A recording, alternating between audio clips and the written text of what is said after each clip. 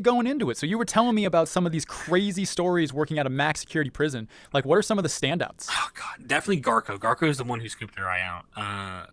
She, like I said, she is insanely smart, and it's something you don't think about. But there are so many intelligent people in there and creative people that just commit a bad crime, or they're not mentally all there together, and they get thrown in there, and then they can't stay out of trouble, and they're just going to be there forever. And it's just it's sad to think about, because besides the fact that she scooped her own eye out with a plastic spoon in front of people, Oh my god.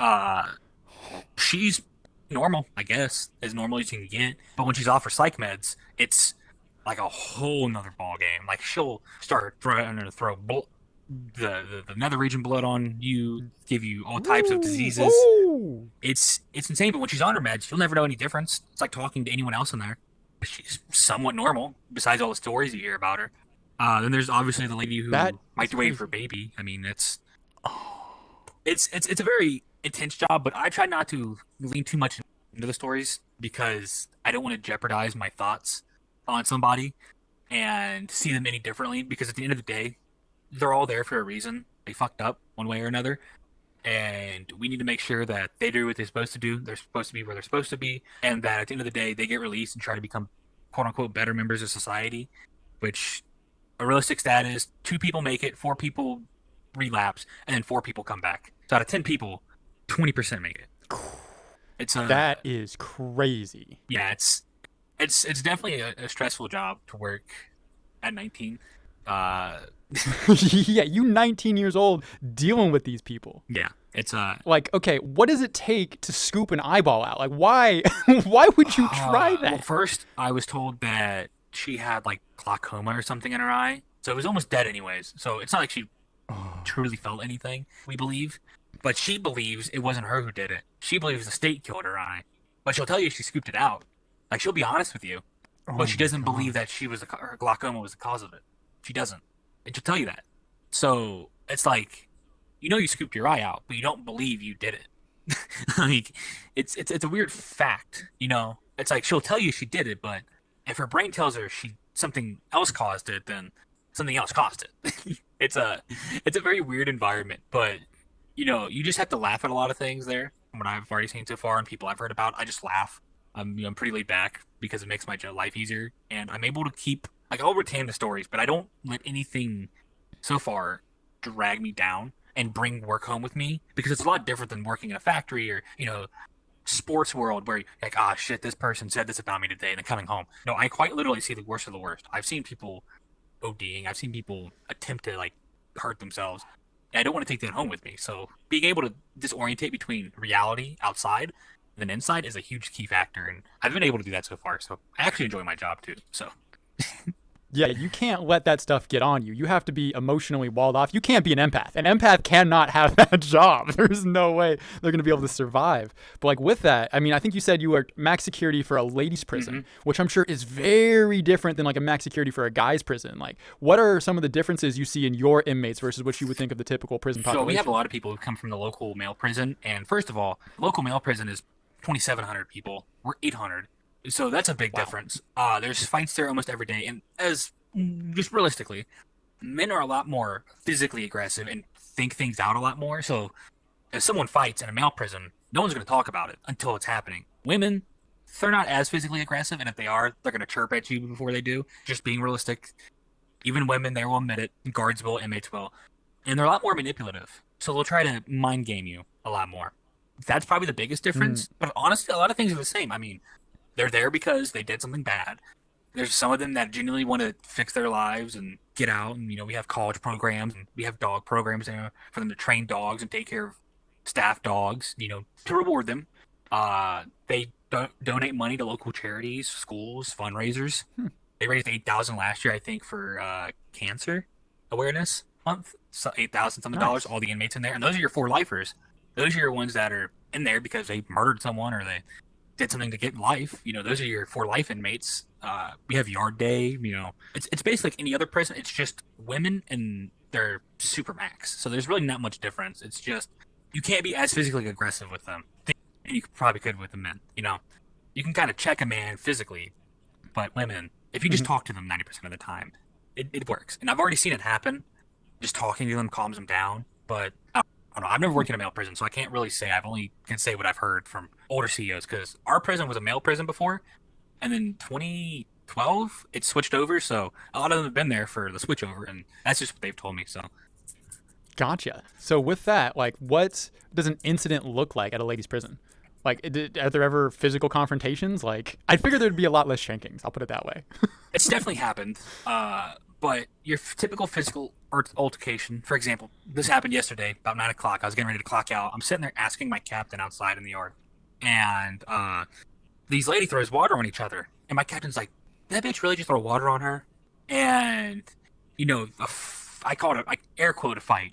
They were pulling each other's hair, slapping. That's your typical incident. Now, we had an incident about 5 months ago where a lady lock socked a CO. You put a lock and a soap in there and a sock, and you twirl around, bam, right upside the head.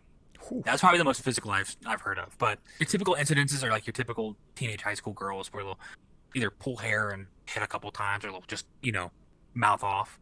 It's not like males will literally stab each other and beat the shit out of each other. You'll rarely have that. So Yeah, I'm sure that's a very different environment. But do you have some really good, like, stories of these ladies? Like, what have these ladies done to get there? Can you tell me some of their, like, wild stories that got them to, life terms? Sure. So I won't say names I told you off before we were live or whatever, Yes. but for everyone else, there's a lady there who microwaved her baby. Someone who raped and murdered 11 people in the state of Indiana and Ohio, with 3 other people, one of them being her boyfriend.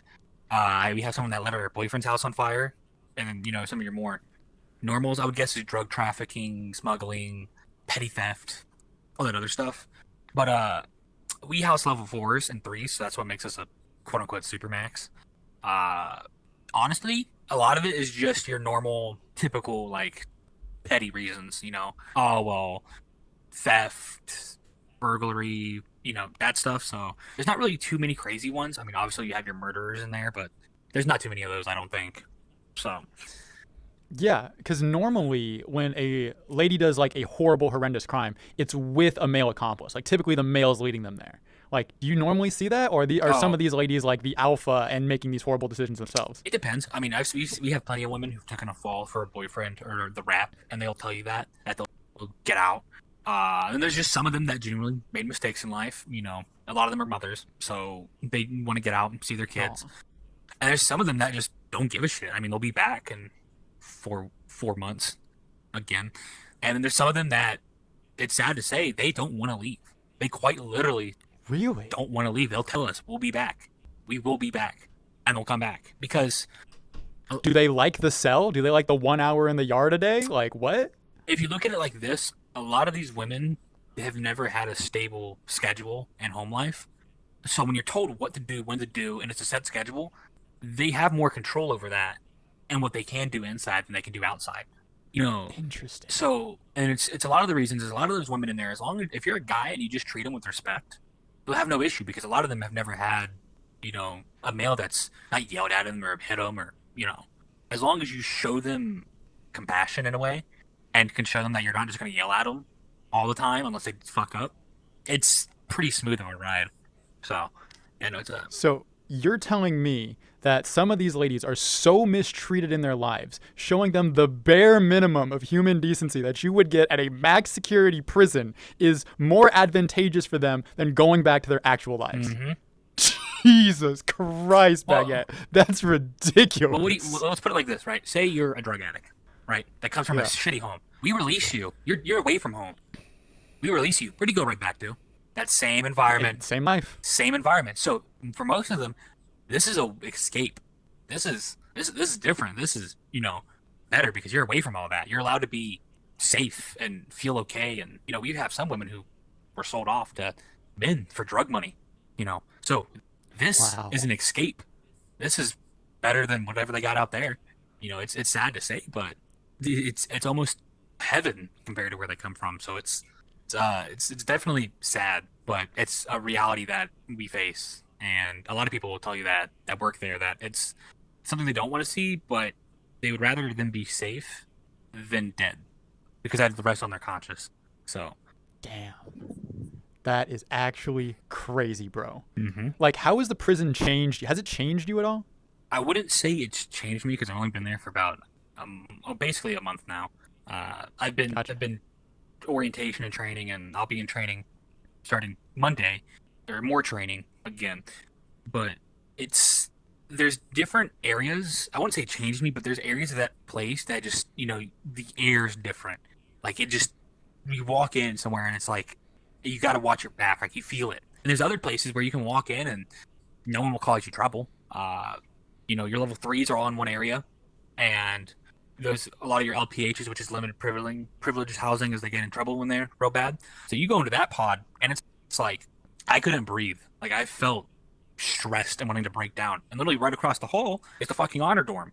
So all of your inmates who are like, oh yeah, let's get out of here, let's go clean up, ladies. And you walk in there, it's like, oh my god, I can like kick my feet up. It'll run itself. So it's weird how there's different airs and areas. But like for most of it hasn't affected me too much. It's just getting used to being watched 24/7 for anything I do. Quite literally, there's 885 inmates, and one of you. And most pods have 116 people, so it's you versus 116 for the most part. So just being mindful of everything is what's changed me the most. Is because now like I was paranoid before, but now it's like I'm looking everywhere. I'm seeing things a lot better. But it'll change you eventually. It will if you work there long enough. But Like, you got to be on guard at like any given moment. mm-hmm. Like, you have to be ready to be combative in a fraction of a second. Yeah. 24/7. And I guess when you're in some of those deeper halls too, like the air is probably so thick with like demons and ghosts that it suffocates you. Yeah. That's crazy to think. Well, it also doesn't help. Some of them don't shower either, so it's also musty in there. But it's definitely on a serious note. The tension, I would say, is different. Because at one pod, you're gonna have a fight every day, regardless if it's physical or not. There's gonna be a fight. You'll have someone ODing constantly in there, constantly getting called for medics. It's just prison is still prison, regardless if it's women or not, and regardless of what level you work with.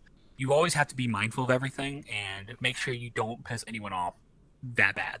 Because you're gonna get on their nerves some days by doing your job, but it's different because they know at the end of the day you got to do your job. But it's different when you make it personal, But other than that, it's pretty fairly straightforward. It's a pretty straightforward job, and a lot of people there don't like that I'm 19 working there. I don't tell the inmates how old I am, but a lot of the co-workers are like, "Why are you here? Like, you're too young." And I'm like, "I'm here because I'm allowed to be." It's a. Are you making bank? I figure they'd just be throwing money at you to do something like that. It depends. I mean, I haven't got my first paycheck yet because we came back on a bye week, and so it's every 2 weeks, and they had just got paid, so I'll get my paycheck Monday. So you can make a good amount of money a paycheck. Let's just put it like that. I seen somebody who worked 140 hours of overtime in 2 weeks, Oh my god. and he makes They buy a yacht? 3K. He made 3K in one paycheck, $3,000. So there's honestly money there to be made, but don't burn myself out is what I've been told. And so it's better not to and make money because you're still gonna make a decent amount. You're working for the state, but I can make as much as I want. I could put it like that. As much as I want, I can make. So That's awesome. yeah, it's real But nice. certainly pace yourself. Who knows what you're offering in return? Oh yeah, right. I like to have a little bit of sanity when I leave. For sure, man. You see this as a long-term place for you, or you think about going somewhere else after? Definitely long term because I enjoy it so far, and there's obviously other spots and just I don't think a lot of people realize there's other spots to work than just CEO. You can do a lot of things inside of a prison. Like you can work in a control center where you just open doors all day. You can drive around the compound in a car, checking the fences. Being up front at a desk checking people in and out. There's plenty of other things to do than just being a CO.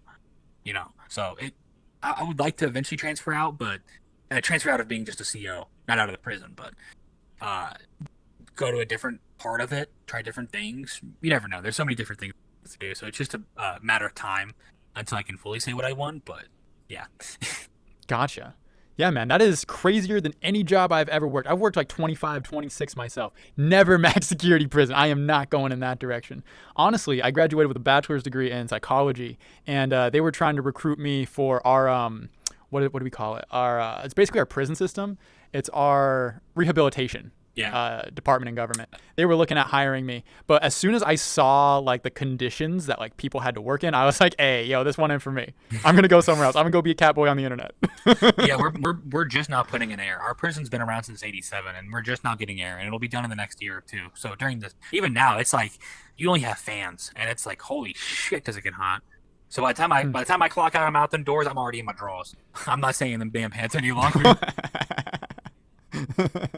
I'm ready to go. Dang, man. Yeah, but no, it's definitely a good job because it's for the state. You get all the benefits after a year.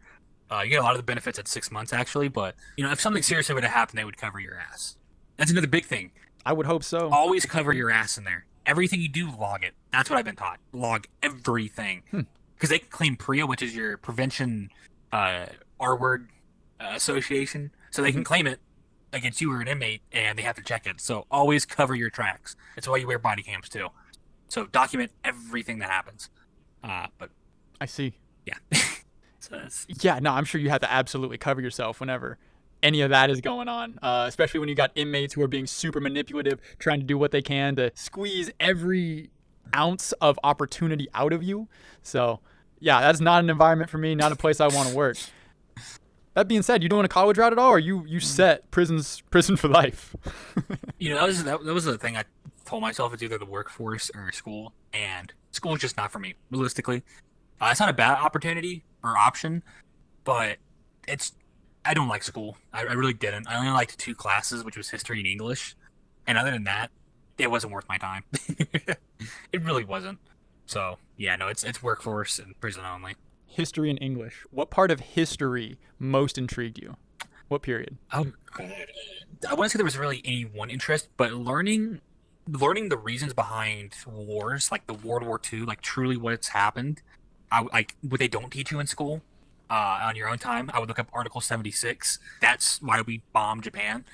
Learning those darker sides of things, but truly what war was why I like history so much. That, and I've always loved mythology, and a lot of people don't know it, but the days of the weeks are named after Norse gods. So Thor is Thursday, Odin I think is Tuesday. To be so legendary and universally accepted, you have the days, the weeks named after you.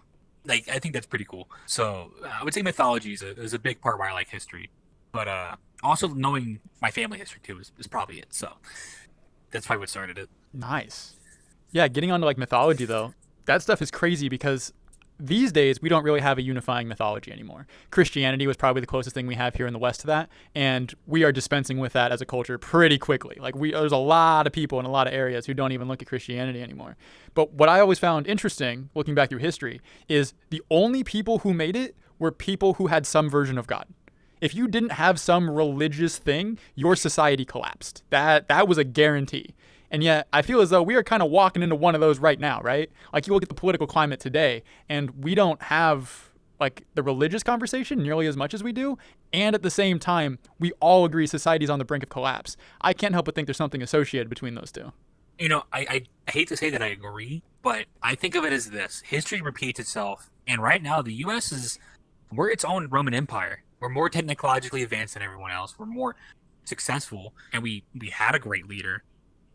Regardless of what political side you're on, there's no denying that under the Trump administration, the economy was up. The economics were looking fantastic. Everyone was able to do stuff, go out and do things. And the fall of the Roman Empire was its own greed. America is beyond greedy. And that's exactly what's happening right now. Everything's declining, prices going up, supply going down. History has a weird way of telling you that you need to be careful of what happens because there's something that's happened from it before, so, but yeah, I can agree that mythology is a big thing that has helped people believe. And I think mythology is kind of morphed almost into the beliefs. It's not really like the beliefs anymore, or not. It's not so much mythology. It's more of the belief system of it. Like, I believe in this. And it's kind of like, well, I used to believe in God and, Egypt. I believed in Zeus, and I'm fighting for Zeus and for him to protect my family. Now I fight for my right to say this. So it's more beliefs, I think, now than it is anything. Yeah, because back in the day, they'd subscribe to a man. Yo, Odin, he's my homie. He is my god. I'm going to go fight for that fool. Zeus? Yeah, nah, I'm in his corner. But nowadays, we extrapolate it to other things. And for better or worse, we are where we are. But one thing I kind of want to talk to you about, you brought up war earlier. Like, do you think we're on the threshold of World War III with everything going on right now, or you think the stuff de-escalates at some point? I believe there is a possibility that it will happen, but I can't say for certain because you see all these things about how, well, Russia thinks they can get close to us. I have a buddy in the Navy, and he says we've been 60 meters, so basically fingertips length from Russian submarines. They've never known we're there. We could have destroyed some of Russia's fleets. They would have never known we were there. So I don't think there's a possibility so far, but I think it'll take one more thing to pop off in Russia, because as much as I hate to say it, Ukraine are the instigators now, where they're bombing Russian beaches that are demilitarized zones, so friendly areas, and it's going to take one more of that for I think a world war to pop off. I really do. It's close. So you think we're on the brink? Like the start of World War III is around the corner? It's not a matter of how; it's a matter of when. When does it happen? Really? Yeah. I think it's got real bad because everyone likes to play the blame game, and no one likes to actually put their money where their mouth is. And that's one thing that I hope changes soon. Is someone has to be like, what's it going to take for us all to chill the fuck out for a second? Because there's not people need to stop being sacrificed, and this needs to end because it's not worth it. It's not worth having a nuclear war and fallout. So. Yeah, it's a scary thought, but it's a realistic thought. I think everyone needs to talk to themselves about is when it happens, what is your next move on it? Like, what's your goals? What do you want to do? Do you want to help end it, or do you want to just sit back and watch it happen? Well, of the people I talk to, the people in my sphere, and perhaps they're biased. I know I don't have the most objective view of everything, but what everyone I talk to says is these wars are senseless. Why are we giving them money? There's no reason for us to be there. It's a dispute between other countries and not us. Why is this on taxpayer dollar? These wars are ridiculous and they need to stop. That's essentially the sentiment out of everyone that I've heard. Yet you look at the political parties and they're saying something very, very different. Like, I'm an independent. I've never had a horse in the race. I'm not left. I'm not right. I call it as I sees it. And how I've been seeing it is that for the longest time, the Democrats have been the party of no war, nowhere, no war, until they've been in office. And then while they're in office, they're the party of escalate, escalate, escalate. And we saw that to no greater degree than during this last administration. And I would be horribly terrified if what we've been pursuing, we continue.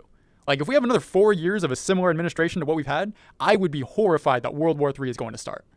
War feeds the economy. That's why it happens. If you look at the 1920s, when we had the Great Depression, guess what happened right after it? A war. Guess what happened right after that war? And during it, our economy went from here. So war has always fed economies. It's always been good for everybody. And sometimes war is a necessary evil. I'll always say it. Bombing Japan was a necessary evil. Killing Hitler was a necessary evil. It's probably not the right thing to do, but it was needed for society to advance. As fucked as it is to say, the bombings of the Twin Towers was a necessary evil, because without it, we would have never invaded Iraq and killed whoever it is. I can't think of his name right now. Saddam Hussein, Osama bin Laden. Yeah, like it would have never happened, and we would have never progressed as a society, because our airplane policies would have stayed the same, airport policies would have stayed the same. So what's telling that more stuff wouldn't have happened? But it was also so obvious that it hurt. How easily those could have been prevented. But yeah, war is a touchy subject, and if you don't have the brain capacity realistically to think about the dark side of things, it's not for you. It really isn't worth people going brain dead and fighting each other over it. It's not. But yeah, it's I feel an emerging feeling amongst people, and there's this common saying, and I'm sure we've all heard it before, that hard men create good times create weak men create hard times, and the cycle repeats. And I think we're in this fourth turning as America, as the West, as a global economy, that we're in that last throes of weak men create hard times. And I think whatever's going to happen, whether it's nuclear, whether it's just full-scale war, whether it's some type of peaceful resolution, we're in some type of turning which is going to ultimately change the way societies work. And my hope is that we don't go back to the Stone Age. That would be worst case scenario is what we're looking at. But you brought up an interesting point about how wars affect economics. And are you interested in that at all? Have you thought about that too much? You never really think about it because the only thing you think about is the war, but you never realize what war has caused greatly impacts how our economy does. Regardless if you win or lose, it's a win-win for the government. It doesn't give realistically, they don't give a fuck what happens to you. It's about what it does for the economy and how much more they can push out of it. So, for example, the women's rights posters during the wars. Do you think realistically that women would have worked without it? No. No. It would have took another 25 years for that to truly work. Because before that, there was no mention of it. I mean, there's Harriet Tubman and all of them, but they weren't listening. They were throwing them in jail, throwing them aside. But when we were in poverty and we needed people to boost the economy, who do we always turn to? The people we disrespect the most. So when we needed soldiers for wars in Vietnam, look who we turned to. We turned to the African Americans. We didn't want them there, but it was helping boost morale at a very shitty time because Vietnam was a political war, and a lot of people, both sides agreed it didn't need to happen. It did not need to happen. So to pull strings from them hating on it and boost the economy around it, we threw in the blacks, gave them sense of pride and that they can do stuff. So it's not so much that it's good, but it's good for the environment. But overall, it's a terrible effect, not just from the death and scarring it brings to people, but the fact that everyone overlooks it and only thinks about what it brings in and what happened in the war. People don't think of the long-term effects. Yeah. Like, war is such a big thing that it affects so much. It's like throwing a giant boulder into a body of water. Those ripples are going to hit nigh everything. And one thing I've noticed is, like, we wind it back to World War I. That was the creation of, like, the Federal Reserve, where, like, for the first time, our money wasn't necessarily pegged to gold. And I don't think enough people are educated on this. Our school system does a very good job of not teaching this. And it's one of the biggest things everyone should know about. War is expensive, and war causes countries, specifically the United States, to print money. And when you print money, money becomes less valuable. So we saw that in World War I. We saw that build in World War II. Vietnam War was coming around, and our homeboy Nixon was out there, like, signing documents to make sure that we were allowed to print more money, and we didn't need to connect it to gold whatsoever. So we just hit that money printer button, boom, we got everything we need right now. So for the short term, the economy booms, we doing fantastic. We run to 2008, we run to where we are now, we hitting that money printer button a lot. We hitting it far more than we ever had before. And the reason for that is we need to. The fact that we've been through all these wars, all these expensive things that we've been purchasing without actually earning the money ourselves is what's dooming the economy right now. Like, you try to go out to the store, you want to buy yourself a candy bar, getting yourself a Subway sandwich. Subway, it's like $15 to get a Subway sandwich these days. $15. Back in my day, that was $5. I was a kid, and you can get a foot long for $5. That's different now. It's completely different. And I think a lot of it has to do with the fact that the government is just spending all this stupid money. And a big portion of that is these wars that are so costly. Well, it's not even war, because if you look at, I hate to use Twitter, but there's so many people on there that expose the dark side of Ukraine. You got the people that are actually fighting for it, and then you got all these high-value parties you see being thrown. And it's the effect of feeding war. And you're not just fighting fire with fire. You're putting gasoline on fire. It's only going to spread. And when something major breaks out again, like how it did in World War II, it was a very small target, but it blew up because it got everyone else involved. The assassination of Archduke Franz Ferdinand. It was only supposed to change the political leading and have, a small effect on a small little area. But when that happened, they went to war, like Ukraine and Russia. As opposed to just Russia wanted Ukraine. They weren't supposed to go to war. Putin just wanted Ukraine that Russia beforehand owned part of. So why not get back what they own? And it started over a very small piece of land, very minimal.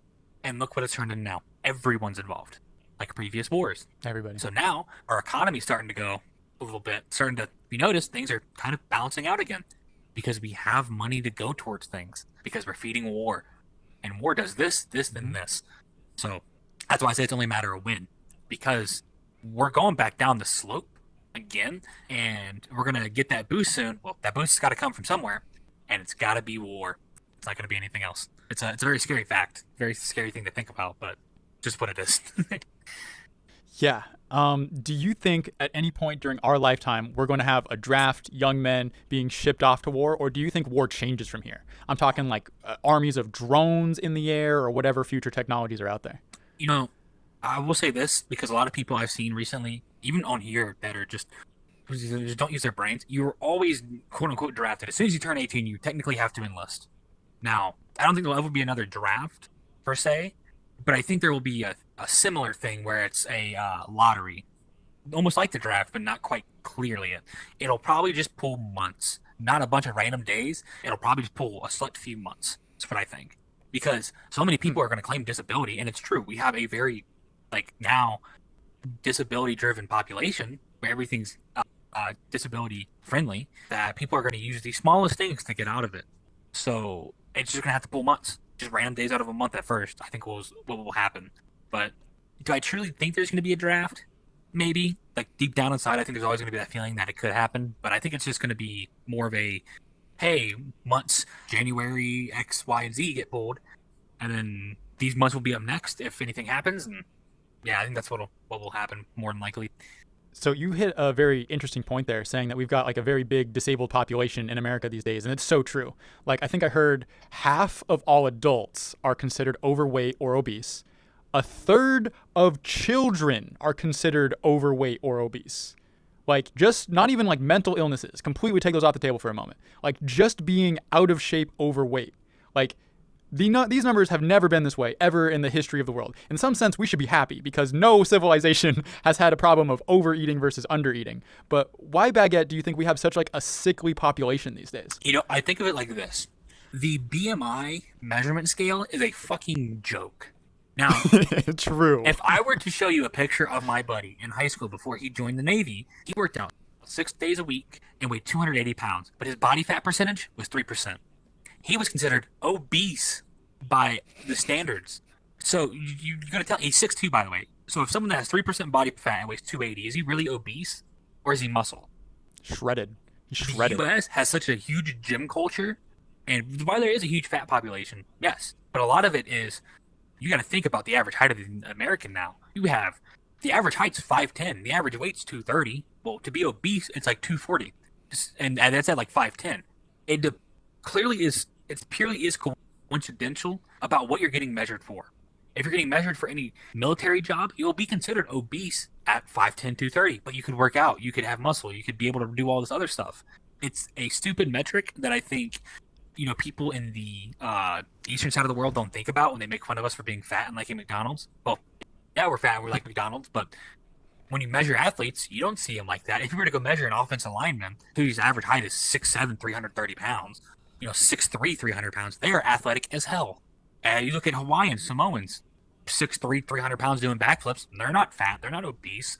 They're throwing their body in the air and flipping. So I don't think we have a huge obese problem or obesity problem. I think it's more of the measurements were so set in stone from the 60s when we were drafting people and when we were like huge, like war is around the corner propaganda people, that it needs to be changed and updated like the rest of things from the 60s.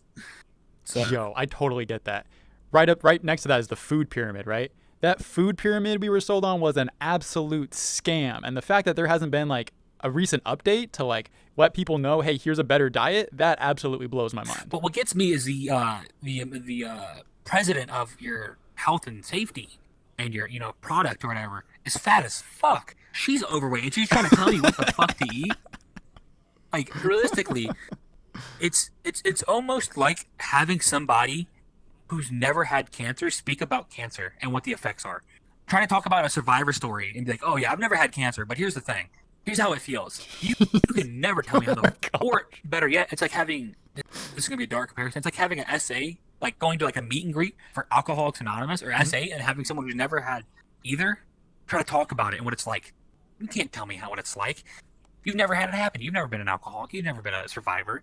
It just doesn't make any sense. So why the fuck is this this someone who's overweight? Now, I'm not saying she's a bad person, but some of the shit she said on live TV is just so hypocritically bad because she's like, you need to eat this and this to be healthy. Well, clearly, you need to listen to your own damn advice. Like, there's self-reflection here, but it's it's a very coincidental thing. I will say it's hilarious. Some of the hypocritical things that comes out of the mouths of Americans and people from around the world, and the people you put in charge of things. I think there needs to be a better observation for everything nowadays. That's what I'm really looking at. Who are the people in charge? Like, I think there's no greater example of hypocrisy and probably nepotism than an overweight, out of shape Department of Health leader. You know what I mean? Like, what is going on there? And I just think a lot of the leaders we have today are wholeheartedly unqualified. Like, the incentive structure and the mess, the dirt, the deep state stuff you have to get through to get to the top weeds out anyone who actually wants to make positive change these days. That's the hard truth that a lot of people aren't willing to accept, and it's a fact that I think everyone needs to look at, because I mean I've always been kind of political ever since I was a young age. I mean, that's how I started TikTok, was making political content and talking about politics. I follow a guy on there, you've probably heard of him, named Bloxcast on TikTok. He's my mutual. I have not. So he's a very famous like political advocate, and he actually worked for the Bernie Sanders campaign. Was a political delegate for New Hampshire, but he's very unbiased. Like, he was a Democrat, yes, but he'll tell you whether he thinks this is right or wrong. That's why that's good, why that's bad. And unlike him and me and a few others, I feel like people aren't willing to accept that it's okay to have differing opinions on politics, and maybe say this person's Republican, but they're running this company right. They're running this overview for the presidency term, right? That's something we struggle with as Americans and people around the world. Is it's okay to have a different person of a different viewing point, who may be a little bit more hard-nosed or soft for your opinion, be the president of this foundation, be the leader running this, even though you don't agree with them. And I think that's the biggest thing, is we want people that share our quote-unquote viewpoints to run things, even though it's probably not for the best. It never is. I 1000% believe that. And my advice to anyone who's any level of political is don't get attached to a party. Get attached to ideas. Mm-hmm. So you don't want to be a forever Democrat. You don't want to be a forever Republican, because that means they own you. They don't have to appeal to you. They don't have to try to win your vote over. They own you. And that's just a newer version of slavery, in my opinion. I think you should take ideas as they are. Like, I was a person who, independent, would lean Democrat because I kind of believed in what they were doing. But like I said, recently, I think they've lost their way. And I saw that to no greater degree when RFK came out and said the exact same thing. He's like, hey, I've been a lifelong Democrat. My family name has been attached to this. But recently, we've lost our way, and that's why I'm supporting Donald Trump. Like, when somebody like that crosses the line, I listen. My ears perk up. And I'm like, I don't know everything about politics, but when a man of that character makes that kind of move, I listen. Yeah. It's definitely an interesting point, because a lot of people don't know that before, your current day Republican and Democratic, the Republican Party was the Democratic Party. We are built on the ideas of classic libertarianism, which is limited government, limited control for the people. That's what being a liberal is. That's what being a classic liberal is. So when you hear someone talking about being a classic liberal, they're not modern day Democrats. That's built on socialism. That's all control from the government. That's Karl Marx. That's all those other people in the Eastern Hemisphere. That's what they have. It's socialism. And socialism is a form of communism. So when someone says they're a classic libertarian or liberal, they're not democratic. They are fundamentally Republican. And a lot of people can't get that through their heads, that, things change. Ideas change. People grow. People go back to their shells. It's a changing world, and a lot of people can't adapt to that. And it's sad that when a 19-year-old says it, and someone who has ideas that has, like JFK or RFK, who's been in that system, says that it's not a good idea. It's either you're too young, you don't know what the fuck you're talking about, or you're a traitor and you don't know what you're talking about. You're not your father. It's a fucked up philosophy. Yeah. 1000%. And to get back to that socialist point, what we don't realize, I think this is the phrase that puts the nail in the coffin for me. Any institution that has the power to distribute resources in an equitable way has the power to take away all of your rights. Like, any system that forces some level of equality of outcome is the same system that is so orderly, so tyrannical, that you cannot operate a free economy and operate as a free citizen. As much as I hate to say it, the best form of government is capitalism. It's the worst form of government because it's the only thing that barely works. Just a quick side note, because I mentioned it, and I did want to talk about this. I as I mentioned, I started TikTok for political reasons, my first ever. But I gotta know, why did you start VR chat TikTok in general? Like, what drew you towards VR chat? Maybe not even TikTok, but just VR chat in general, and then eventually to do the content side of it. I'm actually really curious. Great question. So I originally started playing this game. I got a VR headset because I was interested about VR. Oh, what do you do? What are the most popular games? VR chat was one of them. I pop into a world. I think it was a black cat, right? Don't we all have our first occasion there? Next thing I know, I'm sitting in front of a mirror. Someone's playing music. To my right is Master Chief. To my left is Kermit the Frog yelling racial slurs. And I thought to myself, I am amongst my people. This is a COD lobby. Just I thought can to see myself, them. You can visually see them. yeah, it's like we are oddballs, we are weirdos. Whoever found themselves into this ecosystem are not normal people. And I want to do everything I can, learn everything I can about this place, and figure it out. At the same time, like I said earlier, I got a bachelor's degree in psychology. I was doing an experiment for one of my classes on that. And it was basically a survey. And I got to choose what the requirements were. And the requirements that I came up to were, I wonder if VR chat turns people into the LGHD TV community. I wonder. So I went around and asked 100 people that question to see if they believed that to be true or false. Turns out, vast majority of them thought it were true. Turns out, a lot of people I interviewed actually believed that VR chat brought them to that level of the community. It brought them out of the closet. Like, that was a revelation that I didn't think was actually going to be legit, but spending some time in here, you really get to see that to be the case. Oh, yeah. So I made all of this footage, had all of this recordings on it, and then I was like, well, I guess I'll post one of these videos to the internet and see how it does. And believe it or not, I posted like maybe 3 or 4 of them. One of them, I was randomly interviewing people, and I interviewed Shrek's Big Donk. Also a TikToker who's in the TikToker sphere. Randomly had a mic, random black cat, threw it in her face. Hey, do you think VR chat turns people LGHD TV? And she goes, what? And then that video popped off. I think that one hit like 50K, 20K, something like that. And like ever since I was like, oh my gosh, people are interested in that. And it began this journey for me of like discovering the type of content I want to make for this community. That's interesting. See, what started it for me personally, like why I started playing VR chat, was back in 2017 when the game really started getting popular. I watched McNasty play guitar, that and the Do. And what got me was there's a bit with is a guy Piccolo, and you go around saying, "Suck my motherfucking Piccolo." I was like, and obviously I watched the Do it a lot at the time because I loved watching people play guitar on games.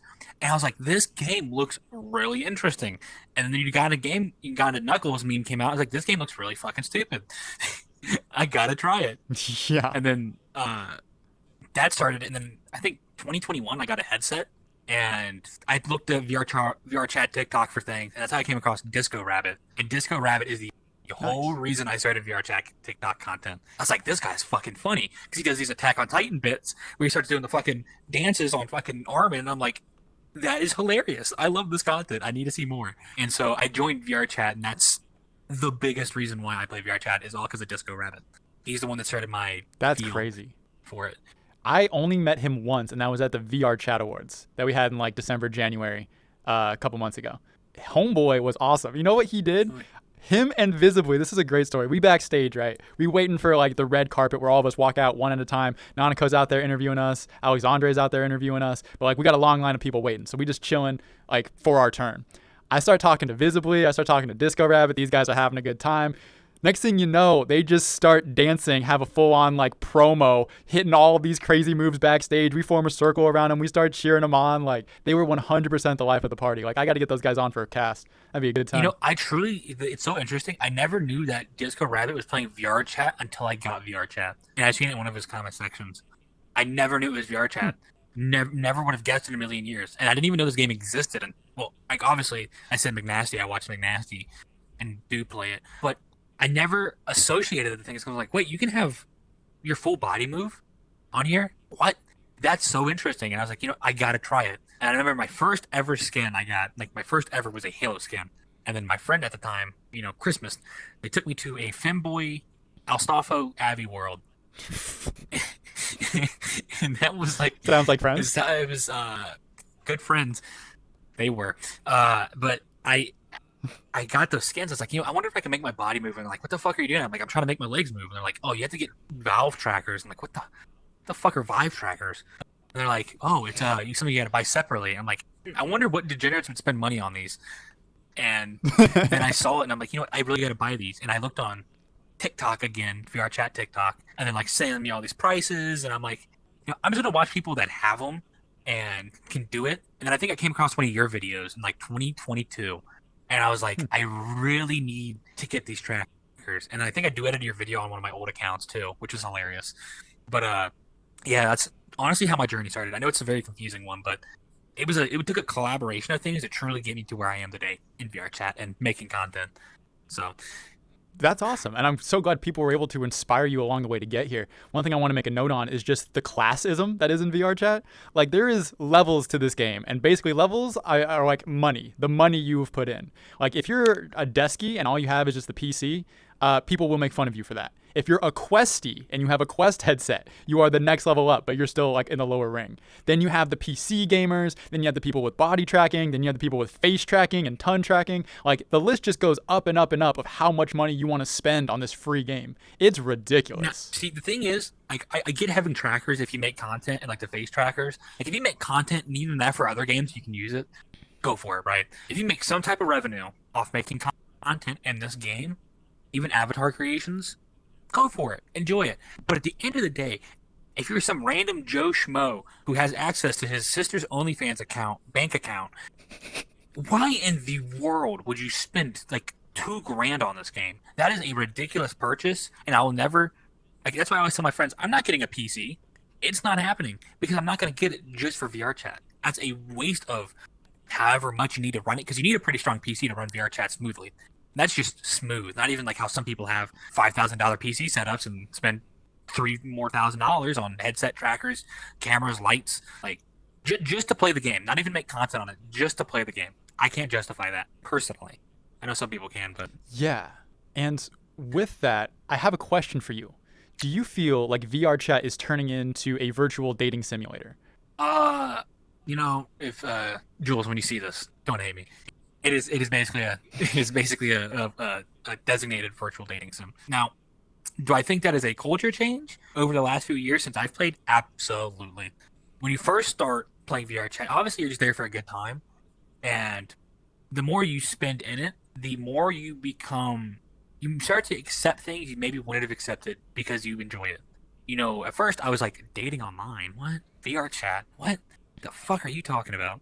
And then over time I was like, as long as you can love the person and understand who they are, it's okay. And then, I started slowly seeing myself accept things that I was like, before I was like, what the fuck? Why would I accept that? And now it's like, those things I think about now, I'm like, I wonder how different my life would be and what my views would still be if I did not play VR chat, if I did not play virtual games. It's such a crazy thing to think about, and it takes some time to get used to, but once you do, it just like becomes normal, and it's like, what the fuck? Yeah, no, I totally get that. And I think as a culture, we're shifting too. The idea of being in an online relationship was so foreign, 8 years ago? Like, oh, you met somebody online? Why are they safe? Would you want to know that individual? Nowadays, it's commonplace. Like, it's so much easier to meet a partner, and I don't think there's a better place for that than VR chat right now. So you want to talk about a breeding ground. I mean, we're seeing things like NeverMet start to pop up, where there are these virtual dating apps where you get to meet people who are avatars in VRC, and just like you would on Tinder, swipe left, swipe right. It's crazy to me how fast this stuff's advancing. It's crazy how fast games are advancing, because I remember being 6 years old playing games, and I used to have a GameCube. I'm like, this is like the best graphics. And then switching over to Xbox 360, best graphics. Xbox One, best graphics. And they've released the Samsung headset that you could put your phone in and play games like virtual reality style. I'm like, this is the best gaming ever going to get with the Samsung. And then turns out there's this. I'm like, I wonder what gaming's going to be like in 5 years. Not even 5 years, like 2 years from now, 3 months. Maybe. Like, things are constantly evolving, and it's such an interesting idea to think about. Games have really come far from just Pong in '78. Like, it's such a bizarre thought. Yeah, what blows me away is that Unreal Engine 5, I think that dropped, a year ago, 2 years ago? This crazy, realistic looking physics, lighting across the board, it's immaculate. And now we've had time for developers and game designers to really sink their teeth into the tools. So I think over these next couple years, we're going to have amazingly visually stunning games. Not that we aren't already, but I think that next level is on the horizon. Beyond that, we got things like ChatGPT pushing the frontier of AI innovation, which is just going to absolutely change the way we view NPCs. NPCs are going to be so much more interactable in the next 5 years than they have ever been before. It's interesting you say that because I remember my first earliest gaming memory is Dead or Alive Extreme 3. It's a beach version of Dead or Alive, and it's a jet ski game. I think it's Extreme 3, but it's being a young boy and seeing girls in bikinis on the cover that look smoking hot, you're like, oh my god, I want to play this game. And so, from playing that as a child and being like, this is like the peak of gaming, and the graphics looked amazing. And I think it was Unreal Engine 3 at the time. I think it had just come out. That was probably 2008, 2009. Thinking to myself, Gotcha. like, these games are amazing. Like, this graphics look good. And now we're on Unreal Engine 5, and this stuff basically looks like real life sometimes. Like, it's so stunningly beautiful. And I seen that for the first time with the Avatar game that came out. Like, some of the parts of the worlds are just beautiful, like, aesthetically pleasing to look at. So, and that's only going to get better. If we're talking about my first experience, that was the Nintendo 64. I was a little kid, little kid. Didn't know what it was. Parents got it for me for Christmas. Plug it in, changed my life. The earliest memories I have are Super Mario, the 3D one, whichever one it was, and Ocarina of Time, Legend of Zelda. Like, you get barely enough polygons. You got like 20 polygons to create your user character. You got 4 for a face, and you have to spare it for the rest. You got a rhombus, and that's it. But yeah, with 2 dots on it. Oh, that's my face. But like, to go from that point to where we are now, like, I can't imagine where we are now to where we're going. Like, wherever that, like, look at what we're doing right now. You literally have a headset on. I have a headset on. We are in Deluxe Tavern from Genshin Impact. I get to move my hands and my body. I am, completely oriented within a world. So are you. We are on different sides of the world. I don't know where you're at the moment, but we're in different time zones. And like, life is so different for us. Yet, because of these technologies, because of the internet, we are able to sit here and have this conversation in this fantasy metaverse land. Like, that is so much different than Super Mario, like, world. I always think that there's a game on here, and it's I think it's called Einscrad. It's basically Sword Art Online in VR chat, and if you haven't played it, I recommend checking out because it's stunningly beautiful. And it's like actually the interactions, like you can flip your finger up, pull down, access your menu, it pulls out. And I always make the joke with my friends, when does that actually become fucking reality? Where we put a fucking microchip in the back of our head, like Master Chief, and you log in one day and like, oh, hey, buddy, what's going on? Oh, you're just going to go log out? Like, that'll be the day I never play games again, because I'm not trying to be an SAO IRL. Like, that shit's not happening. But it's such a far-fetched idea, but you never truly know. And I know it's probably hilariously pathetic to think that it'll happen, but when is the day you will truly just be able to, like, even have, like, sunglasses and pull up, like, Ready Player One, where it's just, all right, well, I want to go outside for a minute and have virtual reality. Boop, here we go. Just pull up the menu. You can even think about it, probably. Like, it's such a bizarre idea, but I truly don't think we're far from that, where you can just have, like, glasses and it pulls up, like, a full-scale game. Yeah, you're saying that's the day you're going to stop playing video games. That's my retirement plan.